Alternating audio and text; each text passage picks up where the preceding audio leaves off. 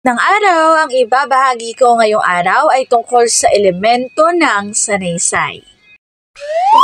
Magbasa, makinig, matuto at magsaya. Ako si Binibining Menya. Handa na ba kayo? Tara na, umpisa na nating isa-isahin at pirapirasuhin ang mga detalyeng nakapaloob dito.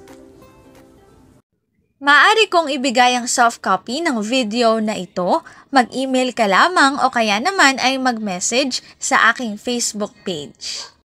Ilalagay ko ang aking email sa gitnang bahagi ng video at ang Facebook page naman ay sa huling bahagi matatagpuan. Maraming salamat sa panonood! Tulad ng binanggit ko kanina, ang ibabahagi ko ngayong araw ay tungkol sa elemento ng sanaysay.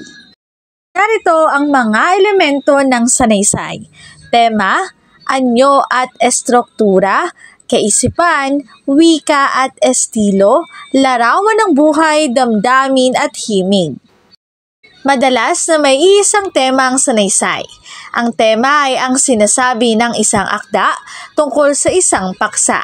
Bawat bahagi ng akda ay nagpapaliwanag ng temang ito. Ang ikalawa naman ay ang anyo at estruktura. Ang anyo at estruktura ng sanaysay ay isang mahalagang sangkap sapagkat nakaaapekto ito sa pagkaunawa ng mga mambabasa. Ang maayos na pagkakasunod-sunod ng ideya o pangyayari ay makatutulong sa mambabasa sa pag-unawa sa sanaysay. Kapag naman sinabi nating kaisipan, ito ay tumutukoy sa mga ideyang nabanggit sa kaugnay o nagpapalinaw sa tema. Ang sumunod naman ay wika at estilo. Ang uri at antas ng wika at estilo ng pagkakagamit nito ay nakaapekto rin sa pag-unawa ng mambabasa. Higit na mabuting gumamit ng simple, natural at matapat na mga pahayag. Larawan ng buhay. Nailalarawan ng buhay sa isang makatotohanang salaysay. Masining na paglalahad na gumagamit ng sariling himig ang may akda. Sumunod ay damdamin, na ipahahayag ng isang magaling na may akda ang kanyang damdamin ng may kaangkupan at kawastuhan sa paraang may kalawakan at kaganapan. Ang sumunod naman ay himig.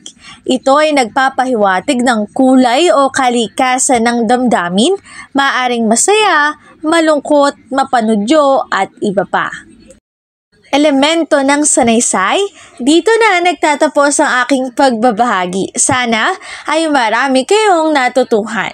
Muli magbasa, makinig, matuto at magsaya. Ako si Binibining Menya. Paalam!